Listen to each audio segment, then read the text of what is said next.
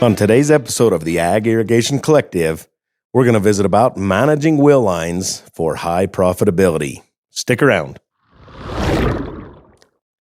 Hi, I'm Wes Schaefer, your host with the Ag Irrigation Collective. Sure do appreciate you stopping by and joining us for a podcast today.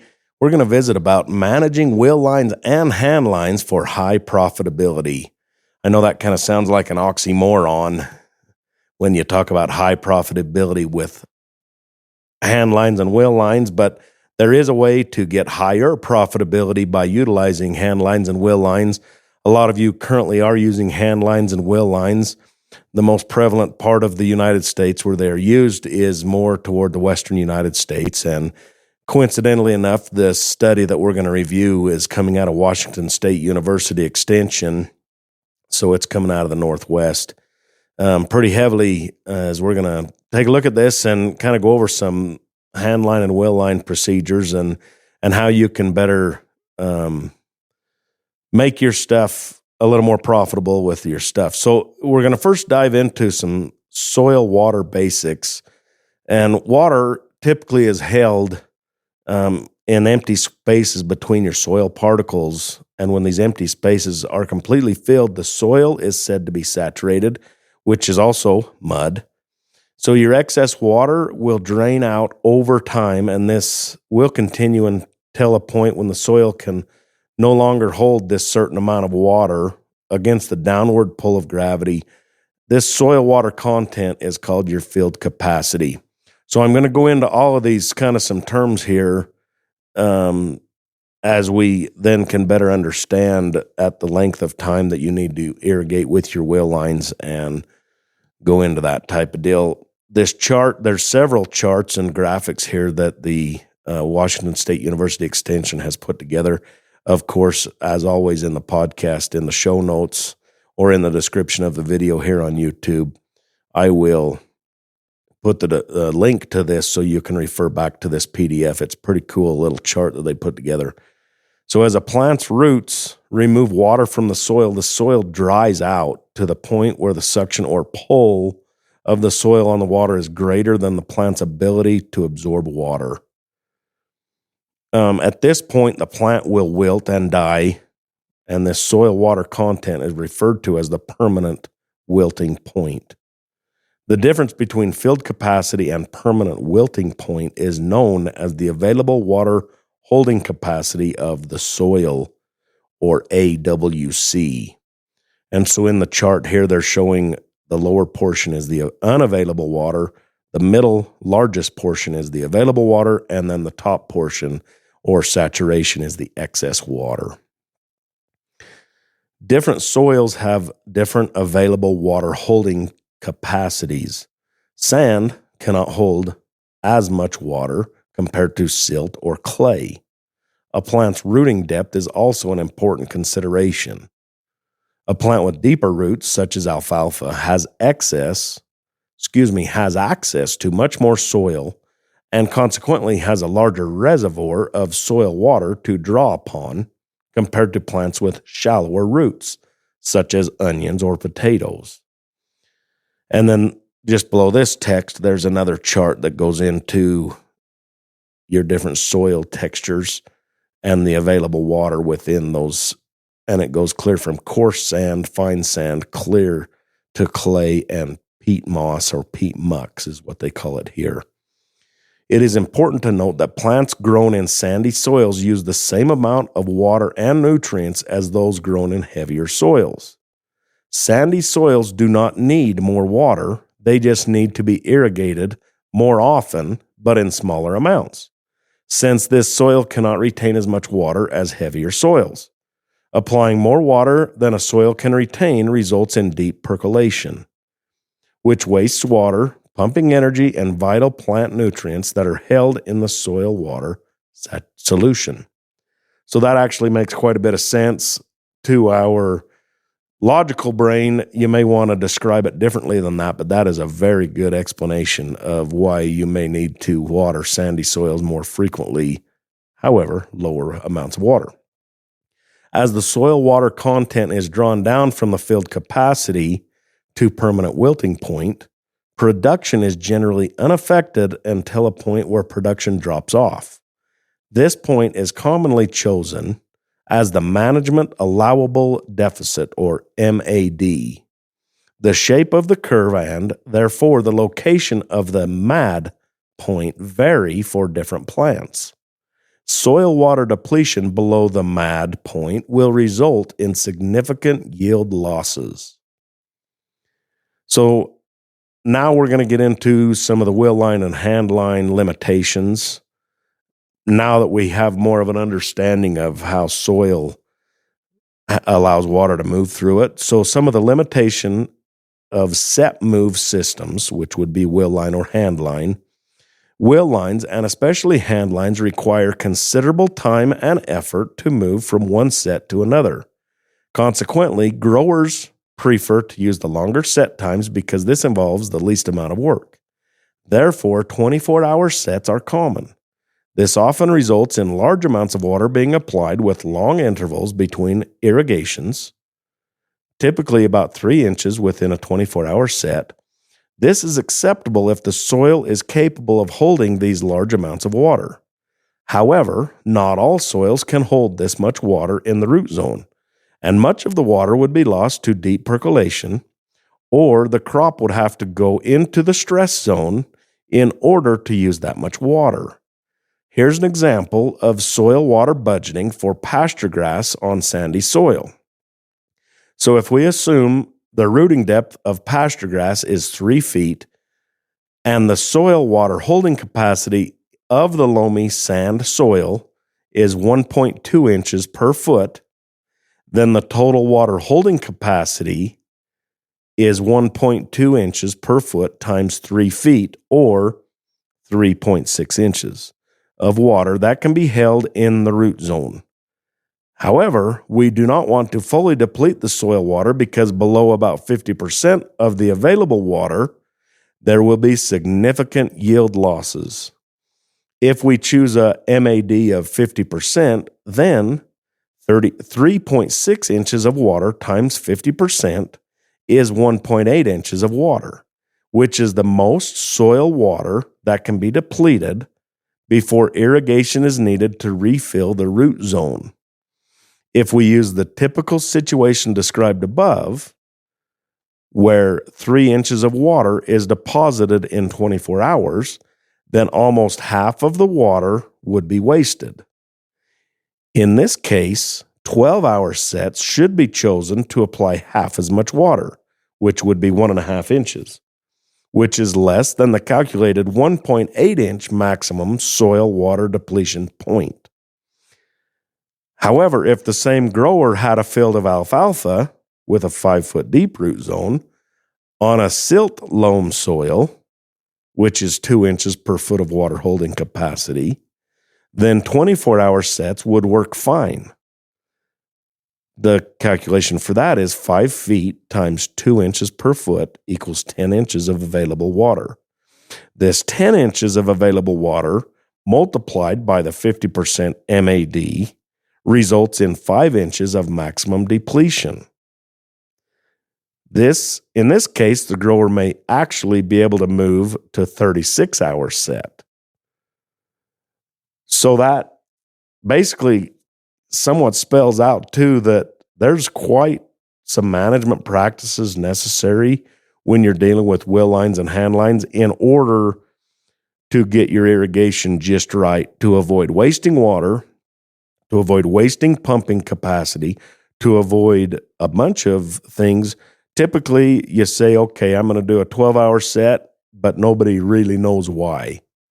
Some may have done the calculations based on soil types, holding capacity, but I think it is important in order to really pin down some profitability, as this article is outlining, to be wheel line and hand lines to be more profitable. We've got to pin down this data to be able to better manage this. And this is spelling this out exactly. So if you're running hand lines and wheel lines, I'd want you to look up this document and be able to calculate this on your own stuff. This is going to be pretty neat for some guys. So the movement patterns, there's 3 general patterns for moving wheel lines or hand lines. These patterns are commonly called taxi, wipe, and skip. We're going to go over these three patterns. In the taxi moving pattern,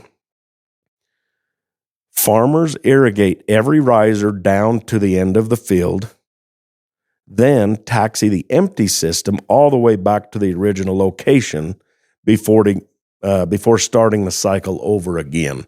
So basically, you're going to irrigate the entire field, roll back empty. With wheel lines, this is certainly far easier than with hand lines.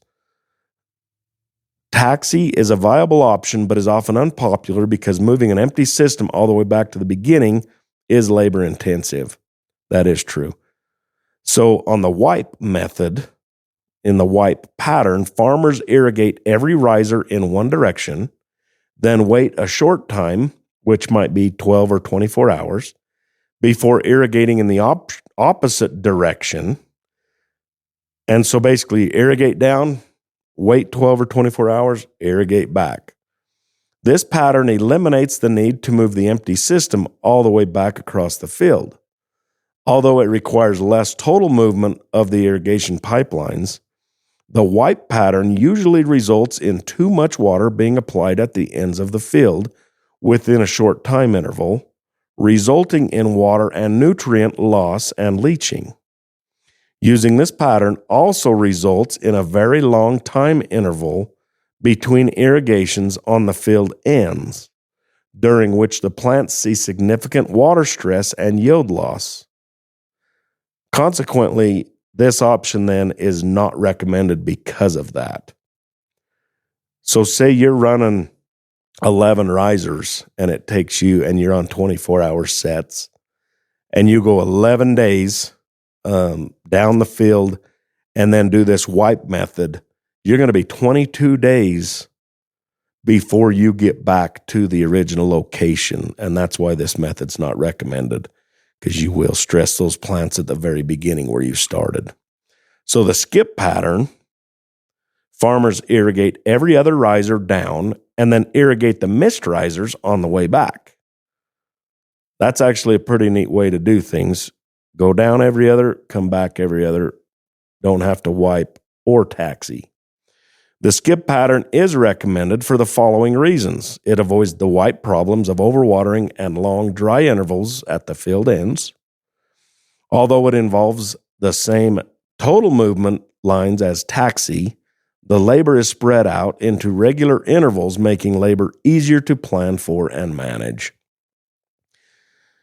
And number 3 on that, because the sprinklers will not overlap on irrigated soil from the previous irrigation set, because you have no overlap sets between 1 and 2, as there is in the application depths in these areas are actually less.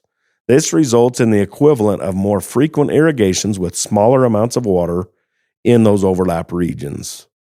Because of this, there is less likelihood of water stress between irrigations or of exceeding the water holding capacity of the soil and consequent loss of water and nutrients to deep percolation and runoff. This will result in higher yields and better crop quality compared to the taxi and wipe options. You know, the bulk of the guys that I see around here anyway is using the wipe option, and they'll go down and they'll irrigate back. A handful of guys do use the taxi option. Very, very few do I see using the skip pattern. And I think the skip pattern is the ticket on some of this stuff, depending on your soil types. So your application uniformity in irrigation water is necessary to ensure maximum production for all areas of your field. However, sprinklers do not apply water in a perfectly uniform way. To compensate for poor uniformity, the irrigation manager, you, the farmer, will need to apply more total water to adequately irrigate all areas of the field, or the crop will suffer water stress in these low water areas. Irrigation application uniformity can be improved over multiple irrigation cycles by using offsets. With this practice, the move position is offset by 20 to 30 feet. So let's see, 20 to 30 feet to the right or left of the riser position. An offset can be made for hand lines using a 30-foot length of pipe, which would be considered, and we call them a swing line or a swing pipe, or 50% of the riser spacing and an elbow that are moved from riser to riser.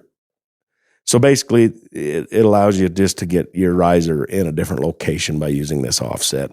So the offset is held through the entire course of the irrigation cycle through all your risers. The next cycles should then be offset to the other side of the riser or set at the riser itself. The effect of averaging application depths from the shifted position pattern can markedly improve application uniformity.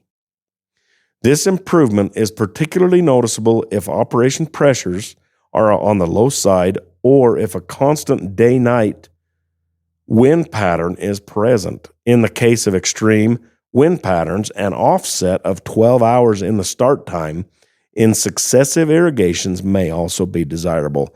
That's another consideration, is your wind patterns. Typically, depending, of course, upon your area, some wind you'll see pick up at, say, 10 a.m., and by 3 p.m., it's died back down. And so you do want a little bit of offset to help with that.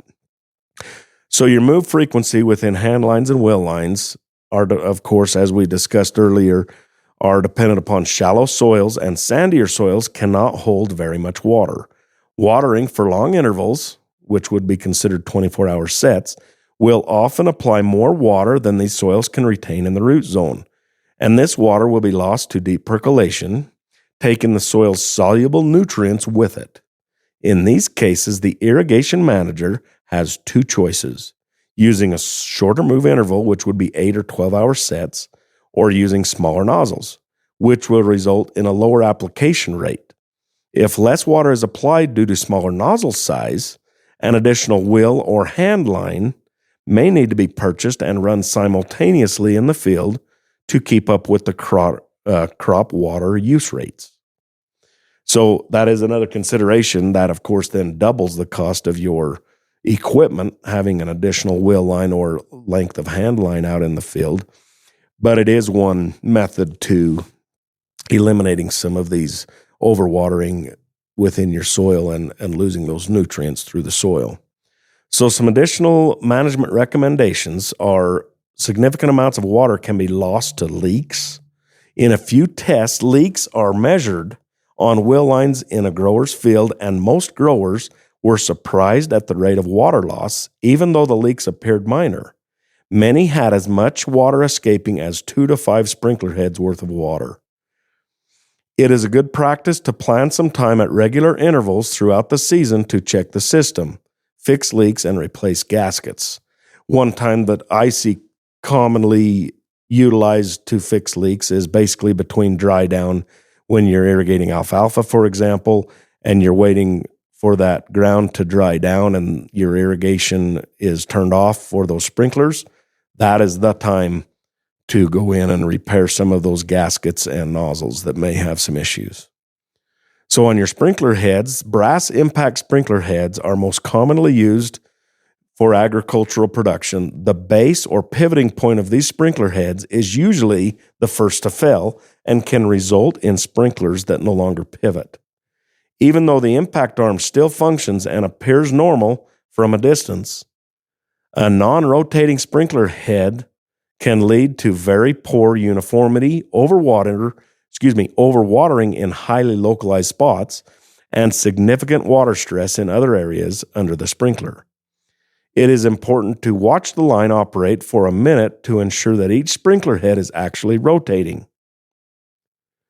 Plastic 3/4 inch impact sprinklers tend to wear out very quickly and often do not stand up well to the many hours of use required for an agricultural sprinkler. Newer 3/4 inch rotating sprinklers have recently come on the market, and preliminary tests are good for throw distance and uniformity. Although these sprinklers look promising, their robustness and longevity have not been validated in large numbers by growers. So that is a couple of different forms of sprinklers that are used. These are the brass ones. The brass impact sprinklers. There is a composite impact sprinkler, and of course the plastic impact. And then there are some rotators that are being produced and put out that are either a standard pressure or a low pressure now. Nelson has one available that's a low pressure. Sprinkler nozzles are key to metering how much water is applied. They are also subject to the highest water velocities and wear out over time. This is especially true when the irrigation water is dirty or contains sand or other abrasive materials. As they wear out, the nozzle diameter gets larger and more water is applied than was originally planned. This results in poor system uniformity. A brass nozzle can easily be identified and verified by inserting a similarly sized drill bit and testing the looseness of the fit. Checking the nozzle size at least seasonally is a good management practice. Replacement sprinkler nozzles are inexpensive, and growers should plan to replace them every 2 to 5 years, depending on how abrasive your water is. In order to function properly, sprinklers should be operated at the pressure indicated in the sprinkler design specifications. For most wheel lines and handline sprinklers, this is between 40 and 60 psi. At higher pressure, the stream of water is too broken up as it leaves the nozzle, so the application rates just next to the sprinkler riser will be too high. At very low pressures, the water does not break up enough as it leaves the nozzle. Consequently, the sprinkler applies water in a donut pattern that does not apply enough water and in between the sprinkler riser and the radius at which the most water hits the ground. Higher pressures also result in higher nozzle flow rates. So on a sloped field, the downhill sprinklers will have more pressure than those on higher elevations. This will result in an inadequate water application to the higher field elevations. Pressure compensating nozzles are available that flow at nearly the same rate regardless of operating pressures, and these nozzles are recommended for fields with elevation differences greater than 15 to 25 feet. They're actually a pretty cool nozzle. They're called flow control nozzle, and they operate just that way depending upon your pressures that it holds that flow or is designed to hold that flow. So your application rate or depth, the best way to determine application rate or depth during an irrigation event is to measure it directly. This is easily done by setting a straight-sided can, which would be a coffee or a soup can, under the sprinkler during an irrigation cycle and measuring the depth of the water caught. Remember that sprinklers apply different amounts of water at different points, and that's one reason that your sprinkler overlap is important. Using a point approximately 1/3 to 2/3 of the throw distance from the pipeline should provide a good average. Setting additional cans or buckets out in different points will provide a better estimate of the average. If a direct measurement cannot be taken, an alternative method is to calculate the application rate or depth using the sprinkler's nozzle, diameter and pressure, and the sprinkler's spacing. So those are some pretty good tips. It's some pretty good publication of how to better manage your wheel line and hand line irrigation practice. I think wheel line and hand line irrigation has gone by the wayside as far as anyone thinking that there's any science into it or any thought that needs to be put into it when we do utilize it. And so it is important. Take a look at this publication. There's other publications also out there that other universities have put together, but this one I thought was a pretty good illustration for the podcast today. So anyway, that's going to wrap up our podcast. I sure do appreciate you stopping by today. Remember, you're a good farmer and you can do hard things, and we're going to do this together.